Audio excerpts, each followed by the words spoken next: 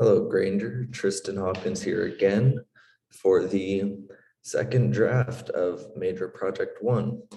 And again, I am here to talk about the current event that is happening within the country of Romania. Now, this event has currently only really been going on between the months of September and October of 2021, though it has created a pretty huge popularity from how kind of big the event is. Now, the event is currently happening in Romania, and I'm guessing it's happening primarily in Bucharest, which is the capital of Romania. So I'm guessing it's most likely happening in there between the Romanian government. And as for the people who are involved, or I guess the groups and people that are involved, there's a good handful. So Romania, to start out, is a government that is a multi-party system, meaning it has multiple parties to represent the country in different, I guess, ideologies. So it has about 7 different parties, through only which a few of them are a part of this situation specifically. Those parties being the National Liberal Party, PNL, the Social Democratic Party, PSD, and the Alliance for the Union of Romanians, the AUR, and as well as the two-party alliance that was only specifically for they basically just set it off as an electoral alliance, which is only when it comes to elections they will team up. And those two parties being the Save Romania Union, or the USR, and the Freedom, Unity, and Solidarity Party, or the Plus. So they're just, I guess, described as USR Plus group in this case. And although I did say the Alliance for the Union of Romanians first, they are not as big as the USR Plus is. They kind of usually just come in at the end as maybe something that could get big in the near future. As for the people who are involved in the situation, we primarily are seeing former Prime Minister Florin Citu, Dacian Cioloș, who is the person who could have became prime minister after Citu, and President Klaus Iohannis. Now, to give some background information of the current event, so the current event I'm specifically looking at is how the prime ministers of the Romanian members of parliament rejected Dacian Cioloș's new government idea of being chosen from President Iohannis as the new prime minister. So he needed, Cioloș needed 234 votes to become the new prime minister, although he only received 88, resulting in the Romanian MPs rejecting him. Prior to that event, though, for the little events that led up to this, was that former Prime Minister Florin Citu was ousted in a no confidence vote on October 5th, 2021. This was from a collapse of the country's coalition. Part of the reason for why Citu was ousted was because of an idea he had, which the idea was to put 10 billion euros into infrastructure. But from that idea, he suggested the USR Plus group opposed his idea. But before that, who exactly is the USR Plus group? And I know I spoke a little bit about them, but I'll speak about it again. They are a Romanian progressive liberal and centrist political alliance, which were mainly active between 2019 and 2021. They formed together on February 2nd, 2019, as I mentioned before, an electoral alliance, which only teamed up for elections, which the two parties were being Save Romania Union, USR, and the Freedom, Unity, and the Freedom, Unity, and Solidarity Party Plus. As to which Dacian Cioloș is actually the leader of this alliance. And a little side note, the USR Plus group actually believes in anti-corruption when it comes to elections. So money does not equal politics. They will refuse any type of, I guess, money being involved with politics. So this is exactly why the USR Plus group went against Florence Situ and his idea to put the 10 billion euros into infrastructure, because they believed he was siphoning of public funds and attempt to win support of local mayors, which led to the USR party saying that there needs to be a new prime minister and we should see the true support of Florence Situ, like who truly supports Florence Situ through a no confidence vote. Now, what a no, and sorry about that last part, somebody walked into the room, but it's all good. What a no confidence vote really is to show that a majority does not support the policy of a leader or an individual within the government. In this case, when it came to Florence Situ, he needed, again, 234 votes to be ousted, to which the USR Plus group only had about 80 members in total, so they really needed support. Although, once the elections were being held, Florence Situ actually got, out of the 234 votes, he actually got 281 votes against him, so he definitely got ousted out. So part of the reason why Florence Situ was ousted was because the USR Plus group was anti-corruption, so they were against the way he was using his money to get involved within these local mayors, and also with the fact that COVID was actually a huge factor in why Florence Situ was getting oppositions against him, because of just the way he was handling it. Romania is actually the second highest, has the second highest COVID cases in Europe, to which even on October 2nd of 2021, he implemented another lockdown to which citizens were not happy with. And by the time the votes came around, well, as I mentioned, 281 people voted against, and he only needed 200, or they only needed 234 to get out. So that's about almost 50 more. So what happens next from now? Well, now that C2 is out, the president of Romania, who is Klaus Iohannis, needs to pick a new prime minister. For the first pick, Iohannis picks Dacian Cioloș, which is the main star of this whole event. As I mentioned before, he's the leader of the USR Plus party. And he was, it's the one party that began basically the ousting of C2 himself. So why not choose the leader of that group, Dacian Cioloș? Well, Romanian MPs rejected Cioloș to become the next prime minister. As I mentioned before, 88 out of 234 MPs actually voted for Dacian Cioloș. So in that case, he did not become the new prime minister. And to make it even worse on Cioloș, even the Social Democratic Party and the National Liberal Party does not agree with him, to which even the National Liberal Party is blaming the USR for why Romania's COVID cases are so high. And in one of the articles I actually found and I'm using to quote a section of Romania's COVID crisis, quote, there is growing anger on the streets over corruption and the mishandling of Romania's COVID-19 outbreak. The country has Europe's second worst vaccination record and is seeing a surge in cases and deaths, as well as 3 deadly hospital fires in just a year.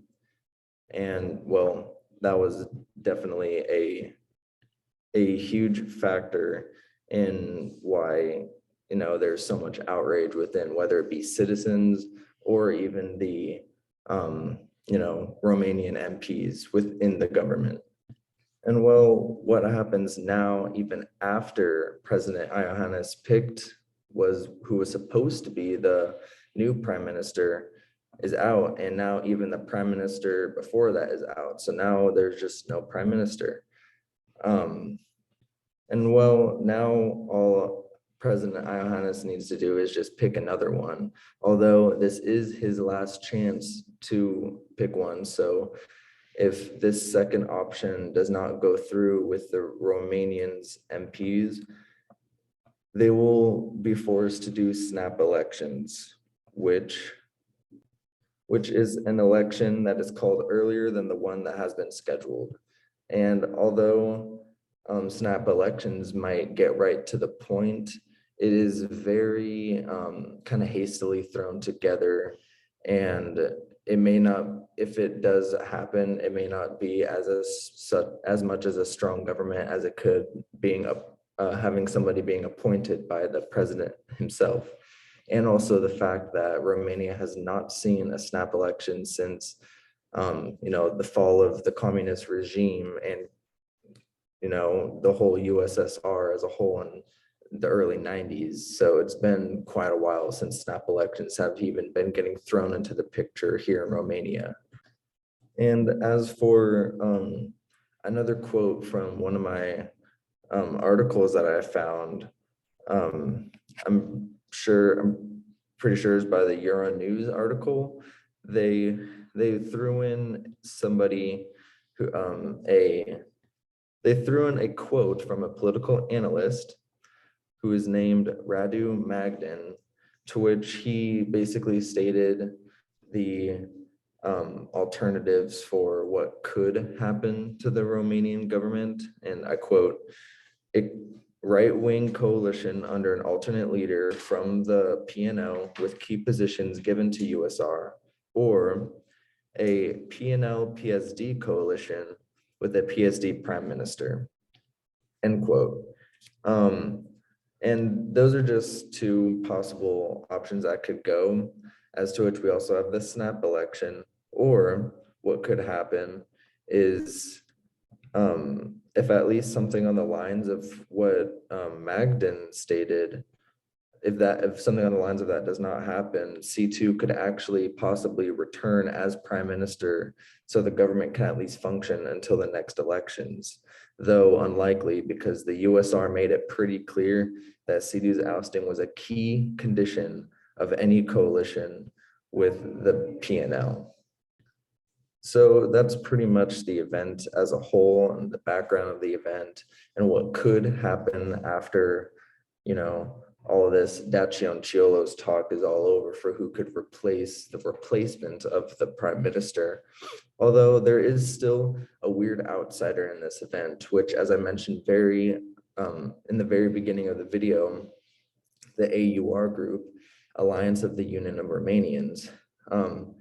This is a group that is fairly radical in their ideology.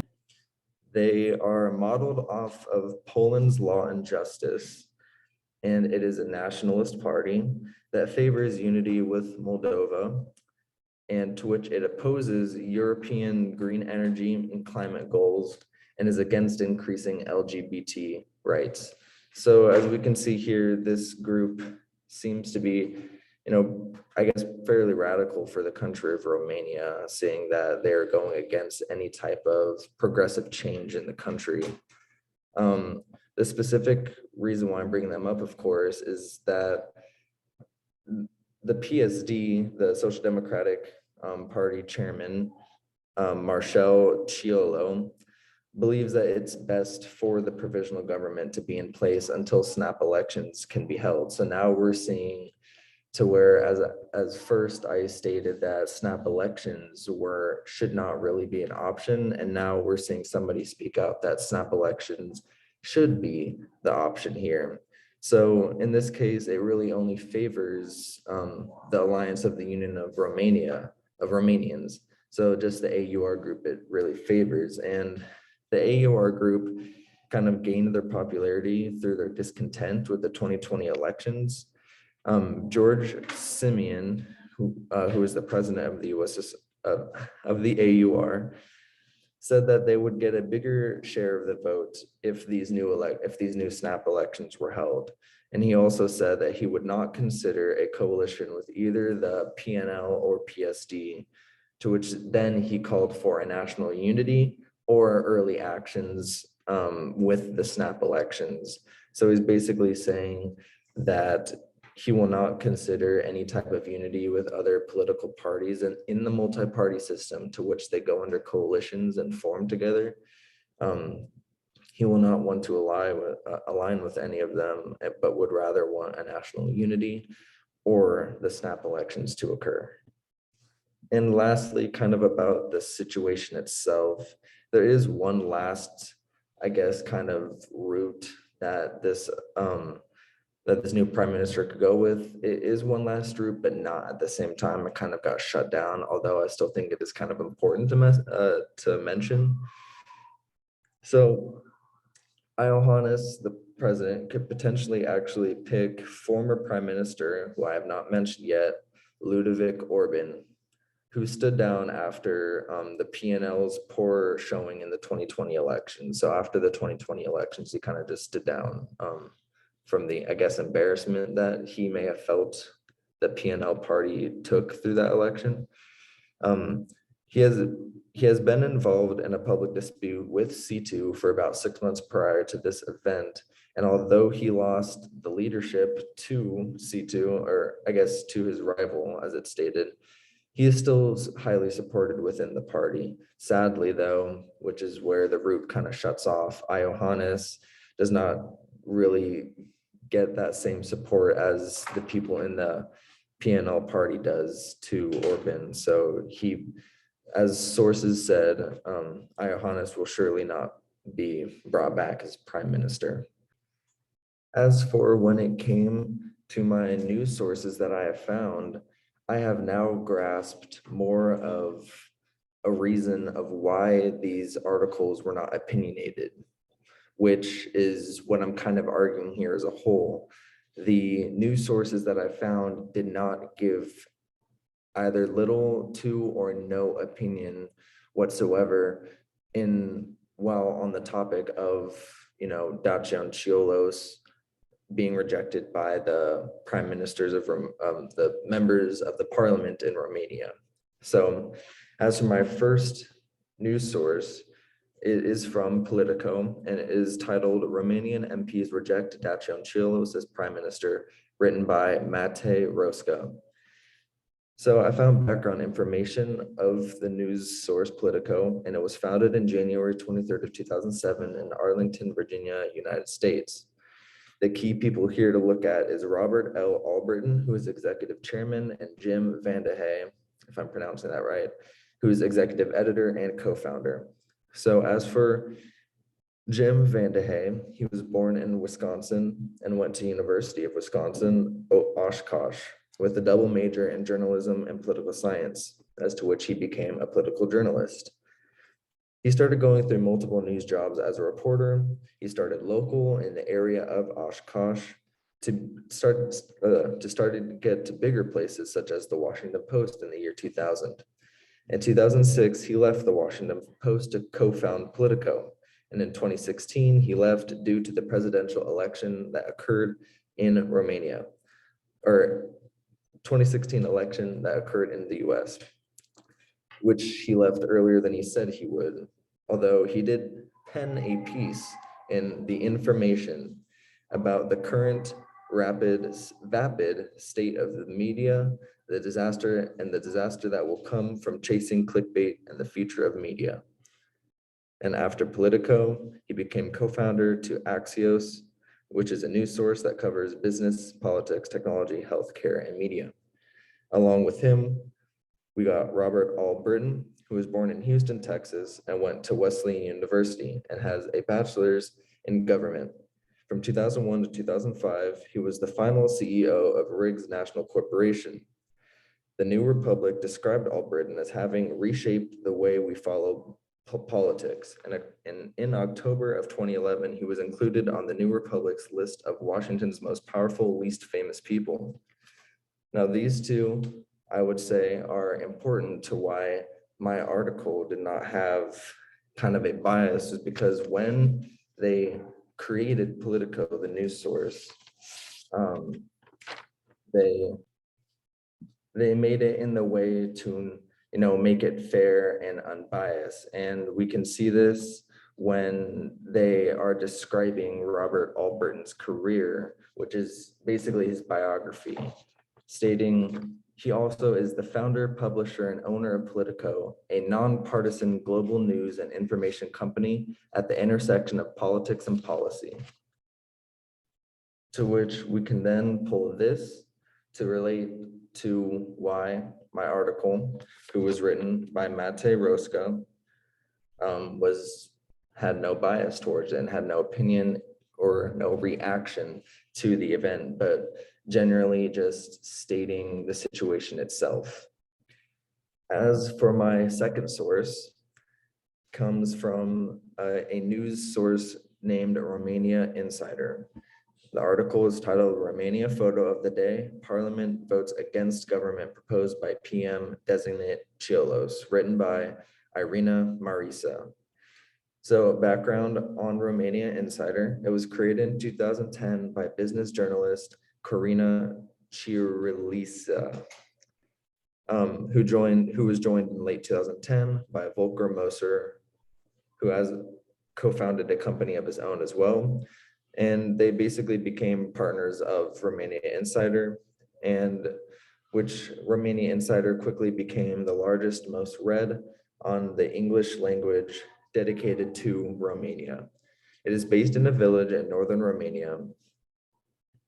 And through the research I was doing, I was seeing, quite a bit of signs of how Romania Insider is fairly unbiased. When I was looking up more specifics on Corina Chirilisa herself, she holds a bachelor's in journalism and started business in 2005. In 2010, when she became an entrepreneur when launching Romania Insider, she did it with a desire to offer readers a balanced quality content in English dedicated to Romania. As for Volker Moser, her co-founder, he holds a master's in public policy, an MA in public policy and management from Constance University, and has lived in multiple places around the world, such as Mexico, US, Spain, Italy, and Romania, of course. As I said, he's co-founder from the site since 2010. And when talking about Volker Moser's kind of motives towards his this news site, we see that in the About Us page of Romania Insider, it states his relationship with Romania started in 2007 and has always been based on acknowledgement and respect. Now, through both of these founder and co-founder, to which the founder, they both of their viewpoints are based off of balance, honesty, and respect, then, of course, they must train their journalists to write, whatever event in the same type of mindset. Which brings me to the author of the article, Irina Marisa, who is basically just a casual journalist. She writes about politics, social entertainment, but also writes about travel, leisure articles, and interviews. Her biography then states her casual activities she enjoys to do, such as nature walks, reading, writing, listening to music, traveling, teaching her dogs new tricks, and listening to other people's stories. She dreams to visit Iceland one day and maybe get to see the Arctic monkeys play live. Now, I'm using this as evidence because a casual person wouldn't write a completely opinionated and biased article. And which that on top of the fact that Corina and Volker, the founder and co-founders, ideologies towards it are, as well as, being unbiased, kind of plays in together, to to bring it down even more specifically, as well as under the in the About Me page under the RomaniaInsider.com mission section, it actually states we are editorially independent and free from bias in our reporting. So from these, evidence points can clearly show that the article that I have found did not give much of a reaction. Why? Because the leaders are clearly make the company an unbiased source, news source to disperse information. Moving on next to the third news source that I found, it is from a site called Balkan Insight. The title of the article is named Romanian President Nominates Dacian Ciolos to Form New Government, written by Madeline Nexutu. Background on Balkan Insight: it reports from Southeast Europe, and it was founded in 2004 as a network of non-governmental organizations to promote a strong, independent, and free media in Southern and Eastern Europe. It reports from multiple Southeastern European countries, such as Albania, Bosnia and Herzegovina, Bulgaria, Croatia, Kosovo, North Macedonia, Montenegro, Moldova, Romania, and Serbia. Now, just like the last news source I found, in the About Us page of the Balkan Insight website, it clearly and straightforwardly shows the response of how they disperse this information. As stated, BalkanInsight.com is committed to providing balanced, fair, ethical, and accurate reporting to the highest standards. And as for further information, it also states the website has built a reputation as one of the most comprehensive, professional, and independent sources of news in English in Southern and Eastern Europe, and has become the news source of choice for policymakers, corporate management, and academic researchers around the world. Now, Balkan Insight actually has very high credibility, which I wanted to point out. It has actually had numerous mentionings in widely globally known news sources, and has been republished in news sources such as BBC, PBS, Al Jazeera, The Economist, etc. It has been quoted by the Council of Europe, the European Parliament, Human Rights Watch, Amnesty International, and Freedom House, and referenced from Columbia University, Oxford University, the London School of Economics, University College of London, Yale University, and University of Graz. As to which their investigative team specifically has been nominated in numerous awards, including Global Shining Light Award, the European Press Prize, CIMA Award for Outstanding Merits in Investigative Journalism, the Global Data Journalism Award, as well as Independent Journalist Awards. So as we can see here, Balkan Insight is very credible in people using their sources and articles. It must mean that they have this strong structure within themselves, and clearly stating when they stated that as they're committed to providing balanced, fair, ethical, and accurate reporting to the highest standards. Well, that clearly shows of why the article I read did not give much of a reaction, and only kind of stated the event itself. I also wanted to point out the one unique thing that was in my article was that this was actually, I think, the first article that I found that actually put somebody else's quotes in. And it was a quote by Dan Tapalaga, who was a project manager and co-founder of G4Media.ro, as to which G4Media.ro is a news site that goes for the right to speak out, as they're promoted for free speech, European values, and the rule of law. And I found this unique because, as well as in the About Us page of Balkan Insight, they also state our opinion writers include respected authors and commentators on the region, including international political and government figures. So from that, I kind of connected it and to show of why they may have brought somebody else in that may have also credibility on the event itself. So that kind of shows that there. And although Balkan Insight is fair, unbiased, they stated it, and that is why the article does not show any of that. It does not give much of a reaction to the event. Lastly, for my final news source comes from a site called Euronews. Title of the article is Romania faces political deadlock after Prime Minister ousted in no confidence vote by Orlando Crowcroft. Now, background on Euronews. It began in 1993 and is based in Lyon, France. The CEO of Euronews is Michael Peters. He graduated from EM Lyon Business School with a master's degree in financial engineering and joined Euronews in 1998 as finance manager, and basically just walked up the chain of, I guess, hierarchy in the company of Euronews. He then became CFO, and then he became deputy manager director in 2003. And then in 2008, he became the managing director of the executive board. And then ever since 2011, he became the CEO of Euronews. So he's been CEO of Euronews for quite a while now, 10 years.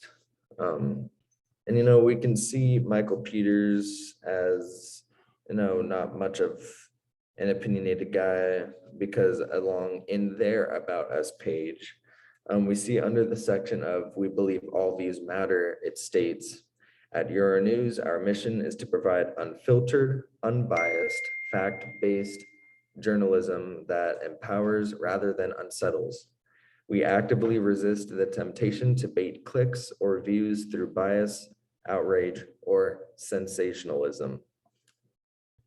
To which they further state,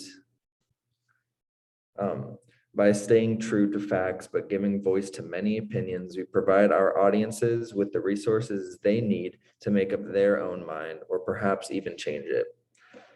So, as all my other news articles I have found they have given no reaction. Same goes for the last news source and article that I have found. Euronews article written by Orlando Crowcroft did not give any reaction. And why? Well, because Euronews is, as I stated, they're unbiased, unfiltered, they're fact-based, and they resist to try to basically scam people just to get views on their articles. And it is the exact reason why the article did not give a reaction to the event, merely just stated what occurred in it. Now, overall, this second draft was 100 times easier than my first draft. And I think I'm now realizing the importance of course, a second draft compared to the first. It was easier researching. It was easier diving deeper into a research hole, I guess, whatever you want to call it. I found it easier to grasp the information given to me about my event. I found it easier to connect the small events together to form the bigger picture. Everything was easier. And I have the evidence. I have the reasons why the articles were not, they did not give a reaction, and they were all unbiased, unopinionated, and why they were, just didn't give the outgoing, their side and their reason. And that just being because, and I basically found this within every news source, and I found all the evidence basically in the About Us page, or maybe the biography of a team member that who works for the news company. They clearly want to show people that they are unbiased. Of course, they want to show people that you can trust them. And I feel as if maybe if you weren't unbiased within your news the way you disperse the news, it kind of just calls for uncredible, I mean, maybe if you have the right evidence and facts behind your claim, it might be reliable, although I feel as if just stating the general topic of whatever event it may be is the best way to kind of, show a situation and what's happening in that situation. And these news sources did it incredibly, and they stated why they did it perfectly and gave me everything I needed for this. So again, I am glad to look up about what is going to happen with Romania in these upcoming months. What will happen? Will there be a snap election? Will a new prime minister be chosen that everyone likes now? Who knows? I guess we'll just have to find out. So thank you, Granger, and see you in class.